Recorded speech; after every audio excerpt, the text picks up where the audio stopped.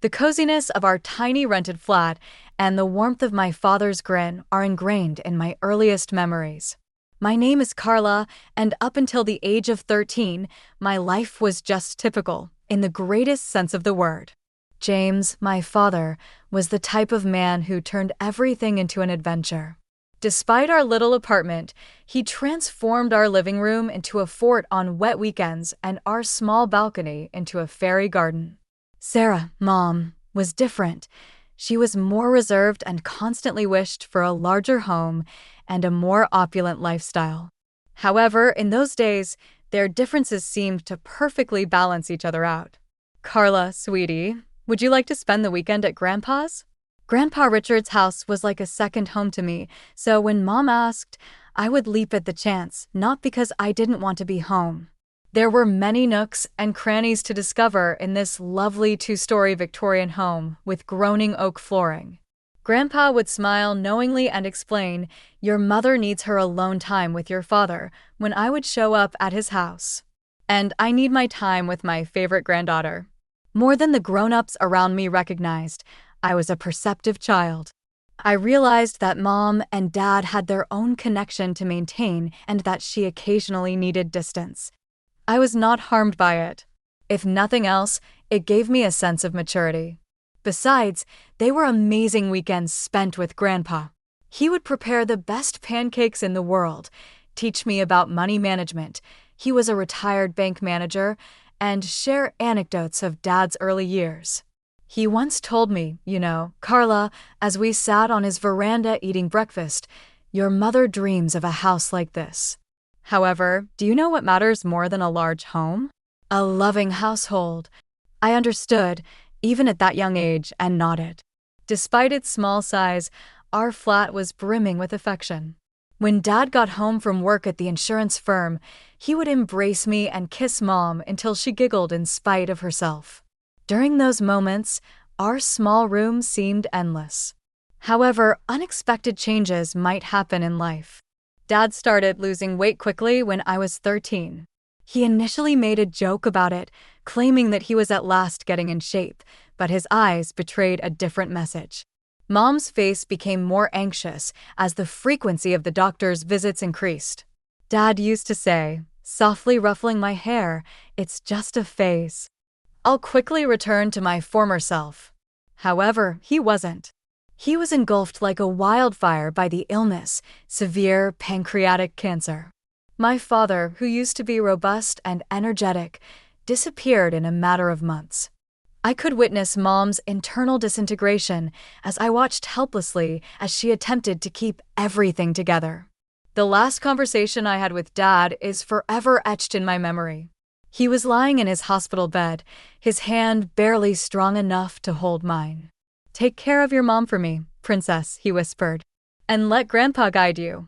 He's wiser than all of us combined." The year after Dad's death felt like living in a fog. Mom spiraled into such deep depression that she could barely look at me. I guess I reminded her too much of him. Thank goodness for Grandpa Richard. He became my rock, my safe harbor in the storm that our lives had become.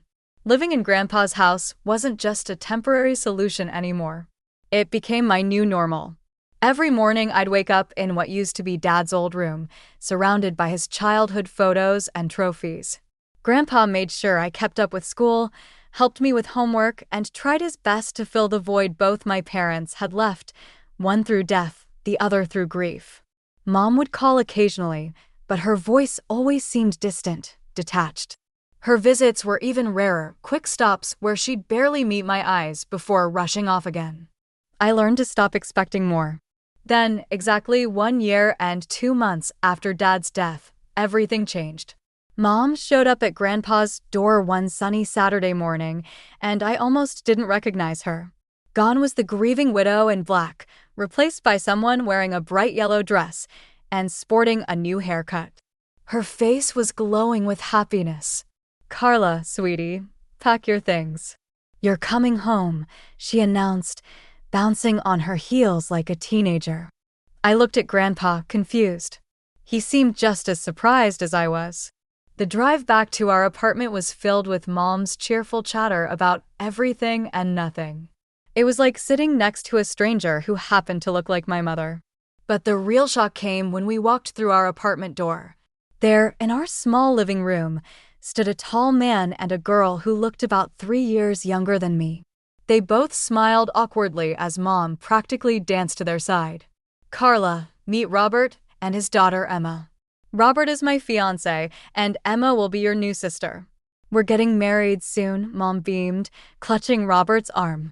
The room started spinning. What? When did this happen? Oh, we've been dating for a while now, Mom waved her hand dismissively. I didn't tell anyone about our relationship. You know how people can get jealous and judgmental. It was better this way. I stumbled to my old room, barely registering that it had been redecorated. With trembling hands, I pulled out my phone and called Grandpa. He answered on the first ring. Mom has a fiancé, I whispered into the phone. She's getting married and didn't tell anyone. There's a man here. And his daughter. Grandpa arrived within 20 minutes. I could hear the conversation from my room as he confronted Mom. Sarah, how could you do this without telling anyone, without telling your own daughter? Dad, I'm happy for the first time in forever, Mom's voice was defensive. I've decided to start fresh, to live again. James would want that. He wouldn't want me to waste away in depression forever. There was a long pause before Grandpa spoke again, his voice heavy with resignation. I hope you'll be happy, Sarah. Just don't forget, you have a daughter who needs you too. The 3 months before the wedding were like living in some twisted alternate reality. Our small apartment felt even more cramped with 4 people instead of 2. But that wasn't the worst part. What really got to me was watching Emma, my soon-to-be stepsister, wrap my mother around her finger. Mom, can you help me with my hair? Emma would say, and my mother would drop everything, including our conversation, to assist her. The way she said Mom made my skin crawl, especially since she'd only known my mother for a few months. Mom seemed blind to everything except Emma. When Emma mentioned she loved ballet, Mom immediately signed her up for private lessons, something I'd begged for years ago, but was told we couldn't afford. When Emma complained about her old phone being too slow, Mom bought her the latest iPhone model. When Emma wanted to redecorate her side of the bedroom we now shared, Mom took her shopping and spent hundreds of dollars on new bedding, curtains, and decorations. Your sister needs to feel welcome here, Mom would say whenever I tried to point out the disparity in treatment. Stepsister, I'd correct her. And I need to feel welcome too. She'd just shake her head and walk away. The wedding day itself was a modest affair at a local venue, but Mom glowed with happiness. I stood there in my bridesmaid dress, watching as she fussed over Emma's hair and makeup, barely sparing me a glance. Throughout the ceremony and reception, Mom kept Emma close, holding her hand and introducing her to everyone as my beautiful daughter. I might as well have been a waitress for all the attention I received. Grandpa gave them a check for $5,000 as a wedding gift, a generous amount by any standard. But I overheard Mom's reaction when she cornered him by the restrooms. Really, Dad? A check, she hissed, her face flushed from champagne and anger. I was counting on you giving us your house. We're a proper family now. We need the space. That apartment is too small for 4 people. Grandpa remained calm, though I could see the disappointment in his eyes. Sarah, you're rushing everything. First the sudden engagement, now this. That house isn't just property to be handed over on a whim. Besides, it's where Carla spends half her time now. Oh, so that's it? You're playing favorites now. No, I'm being practical. And maybe you should be too. I slipped away before they could notice me, but the conversation haunted me. My mother had changed so much that I barely recognized her anymore. She'd created this new, perfect family in her mind, with Emma as the star child and Robert as the ideal husband. There didn't seem to be any room left for me. So I did what any unwanted person would do. I spent more and more time at Grandpa's house. At least there, I didn't have to pretend to be happy about being replaced. For years have passed since that moment, and I was about to graduate from high school. Living in that apartment had become a masterclass in avoiding conflict. I'd learned to be quiet, to take up as little space as possible, to spend most of my time either in my room or at Grandpa's. One evening, during our weekly family dinner, another exercise in pretending we were one big happy family, I decided to share my plans for the future. I've been accepted to State University, I announced, trying to keep my voice steady. I want to study finance and business management. The silence that followed was deafening. Mom put down her fork, exchanged a look with Robert, and cleared her throat. Actually, Carla, I think it would be better if you started working after graduation. College isn't necessary for everyone. I stared at her, bewildered. What are you talking about? Dad set up a college fund for me before he died. He always wanted me to get higher education. Mom shifted uncomfortably in her chair. About that fund. Robert and I have been talking, and we think it would be better to save that money for Emma's education. She's incredibly talented, top of her class and everything. She'll need a good university education to reach her full potential. Robert nodded sagely. Emma has shown remarkable aptitude in her studies. It would be the right thing to do. Carla, you could work for a few years, save up, and then go to college if you still want to. I felt like I'd been punched in the stomach. The college fund, the last gift my father had arranged for me, they wanted to take that too. That money is mine, I said, my voice shaking with anger. Dad left it specifically for my education. You can't just give it to Emma. Don't be selfish, Carla, Mom's eyes filled with tears. Emma is your sister. Stepsister. I stood up so quickly my chair fell backward. And that money is the last thing I have from Dad. You've given her everything else, my room, your attention, your love, but you can't have this. I won't let you take it. How dare you? Mom was crying now, but I could see the manipulation in her tears. After everything we've done for you, Emma needs. Emma needs? What about what I need? What about what Dad wanted for me? The argument ended with doors slamming and tears, mostly Mom's, as she wailed about my selfishness. After that night, the apartment became even more hostile. No one spoke to me unless absolutely necessary. Emma would smirk whenever she passed me in the hallway, and Robert wouldn't even look in my direction. When graduation day came, I wasn't surprised to find only Grandpa in the audience. He cheered loud enough for 4 people when they called my name, and his proud smile meant more to me than anything my new family could have offered. That evening, I packed everything I owned into 3 cardboard boxes and my old suitcase. Grandpa helped me load them into his car. Your room is always ready for you, sweetheart, he said as we drove away from the apartment. Always has been. Always will be. I didn't look back as we left. There was nothing there for me anymore. College life became my escape. I threw myself into my studies, determined to make my father and Grandpa proud. The business and finance courses fascinated me, and I found myself excelling in ways that would have made Dad smile. Every evening, I'd call Grandpa to share what I'd learned. Tell me again about derivatives, he'd say, even though he knew more about finance than my professors. I love hearing you explain it. But as my college years progressed, I noticed changes in Grandpa's voice during our calls. He got tired more easily, and his usual sharp wit sometimes seemed dulled. During my visits home, I caught him wincing when he stood up or rubbing his chest when he thought I wasn't looking. It's just age catching up with me, he'd say whenever I asked about his health. Nothing to worry about, sweetheart. But I did worry. I started calling him twice a day instead of once, and I'd drive home every weekend I could, not just on holidays. We'd sit in his kitchen, drinking tea and talking about everything and nothing, just like we used to. Sometimes I'd catch him looking at me with such intense love that it made my throat tight. It was the middle of my final semester when Mom called. I almost didn't answer. It was the first time she'd called in 4 years, but something made me pick up. Grandpa died last night, she said, her voice flat and emotionless. The funeral is on Thursday at 2 p.m. Hartford Funeral Home. The phone slipped from my hand. I don't remember much of what happened next, just that my roommate found me curled up on the floor, sobbing uncontrollably. Thursday came too quickly, and not quickly enough.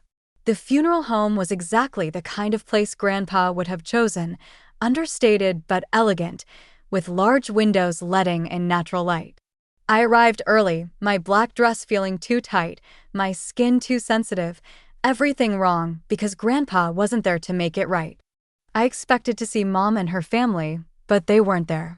Instead, Mr. Harrison, Grandpa's friend from his banking days, was organizing everything. "They're running a bit late," he said when I asked. "Your mother called to say they'd be delayed." The service was beautiful, filled with people from Grandpa's life sharing stories about his kindness, his integrity, his humor. I sat in the front row alone with my grief until halfway through the service, when I heard the back door open. Mom swept in with Robert and Emma, all in perfectly coordinated black outfits. They took seats in the far back, and Mom didn't even glance in my direction. Her face was set in a mask of appropriate grief, but her eyes were already darting around the room, assessing, calculating. I turned back to face the front, my tears now burning with both grief and anger. Even here, even now, she couldn't acknowledge me. Couldn't put aside her pettiness for one day to mourn her own father.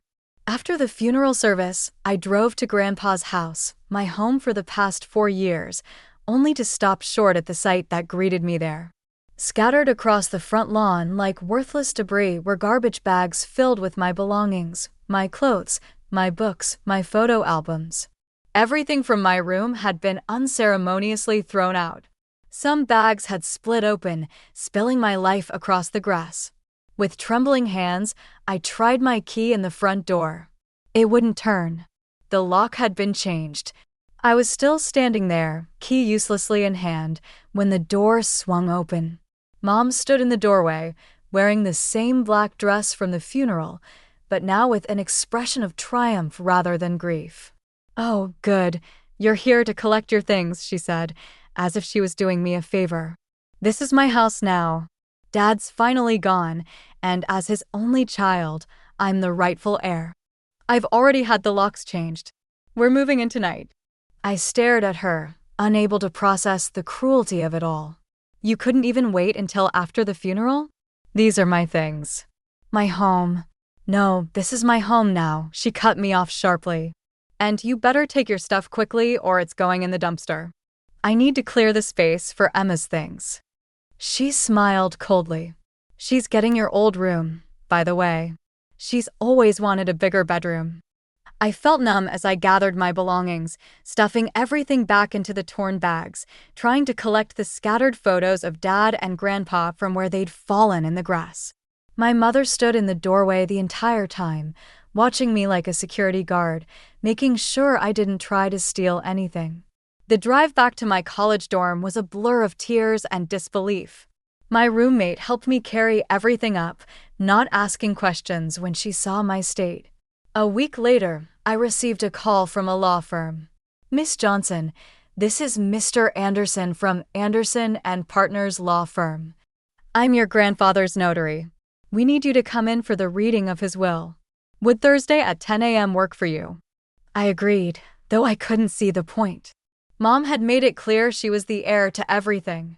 When I arrived at the notary's office that Thursday, Mom, Robert, and Emma were already there, seated like royalty in the leather chairs. Emma was examining her manicure while Robert scrolled through his phone. Mom's eyes narrowed when she saw me. "What are you doing here?" she asked loudly enough for everyone in the office to hear. "You're clearly not needed for this. We're handling family business." Mr. Anderson adjusted his glasses and began reading from the document in front of him. "I, Richard James Mitchell, being of sound mind and body, declare this to be my last will and testament." He started with the formal language, but I saw Mom already smiling triumphantly. That smile froze when Mr. Anderson continued. "To my beloved granddaughter, Carla Johnson, I leave my house at 1542 Oak Street, along with all its contents, and my entire savings account containing $475,000. The room went deadly silent for a moment. Then Mom's voice shattered it. What? This can't be right. She snatched the document from Mr. Anderson's hands, her eyes scanning frantically. Where's my part? I'm his daughter. Mr. Anderson calmly retrieved the will. Mrs. Waters, your father's wishes are quite clear. He leaves everything to Miss Carla Johnson. There is no provision for you in the will. This is impossible. Mom's face had turned scarlet. She manipulated him. She poisoned him against me. I'll sue. I'll contest this will. The will is ironclad, Mr. Anderson stated firmly. Your father had it properly witnessed and notarized 6 months ago. He was of completely sound mind, as attested by his doctor. Any attempt to contest it would be futile and expensive. Mom's strategy suddenly shifted. The rage in her eyes transformed into tears as she turned to me. Carla, sweetie, please, she pleaded, her voice honey-sweet now. We've already given up our apartment. We moved everything out yesterday. We have nowhere to go. You can't just throw us out on the street. We're family. I stood up, holding the folder Mr. Anderson had just handed me. Inside were the deed to the house, ownership transfer documents, and all the legal paperwork confirming my ownership of the property. Family? I asked quietly. Like how you threw my belongings onto the lawn before Grandpa was even in his grave. Like how you tried to steal my college fund. Like how you've treated me for the past 4 years. That was different. We were. This is your problem, not mine. I cut her off, turning to leave. I suggest you start looking for a new apartment. I drove straight to Grandpa's house, my house now, but I couldn't get in. I pulled out my phone and called a locksmith, explaining the situation. When he arrived, I showed him my freshly notarized ownership documents. I'm the legal owner of this house, I explained, showing him the paperwork. I need you to open these locks and then change them to new ones. I want to be the only one with the keys. As the locksmith worked, I gathered up everything that belonged to Mom, Robert, and Emma, all the clothes they'd already unpacked, their toiletries from the bathrooms, Emma's posters she'd already stuck to my old bedroom wall. I loaded it all into garbage bags, just as they'd done with my things. When the locksmith finished and handed me the new keys, I dragged all their bags onto the front porch and arranged them neatly. The symmetry of the situation wasn't lost on me, their belongings now set where mine had been just days ago. As the sun began to set, I heard the familiar sound of Mom's car pulling into the driveway. I watched through the living room window, Grandpa's favorite spot to read his morning paper, as their reactions played out exactly as I'd expected. What is this? Mom's shriek could be heard clearly through the closed windows. All our things are outside. I opened the door but stood firmly in the doorway as they approached. Mom's face was red with fury, Robert looked like he'd swallowed something sour, and Emma was already crying theatrical tears. How dare you? Mom stormed up the porch steps. We live here now. You can't do this to us. Actually, I can. This is my house now legally and rightfully. You need to take your belongings and leave. We have nowhere to go. Emma wailed. You should have thought about that before giving up your apartment, I replied coolly. Not my problem. Mom tried to push past me into the house, but I stood my ground. Move, Carla. This is ridiculous. This is my father's house. No, it's my house now. And if you don't leave immediately with your things, I'm calling the police to report you for trespassing. After that, all these bags go straight to the dumpster. I pulled out my phone. Your choice, Mom. Just like you gave me a choice about my things a few days ago, remember? The next few minutes were filled with cursing and threats as they gathered their bags. Mom alternated between crying and screaming about how unfair it all was, while Emma kept saying I'd regret this. Robert muttered under his breath about contesting the will. As they loaded the last bag into their car, Mom turned to me one final time. You're no daughter of mine. Your father would be ashamed of you. I smiled sadly. No, Mom. Dad would be proud that I finally stood up for myself. Goodbye. I watched them drive away, their car disappearing around the corner. That was 6 months ago. I'm in my final semester now, about to graduate with honors. The house is being rented to a lovely young family. Their monthly rent payments are helping me build my savings, just as Grandpa would have wanted. I found his letter in the study safe that first night after everyone left. "My dearest Carla," it began. If you're reading this, it means you've already dealt with your mother's reaction to my will. I'm sorry I had to put you through that, but I knew Sarah too well. I knew what she would try to do. You have your father's integrity and my business sense. Use them both wisely. The house is yours to do with as you please.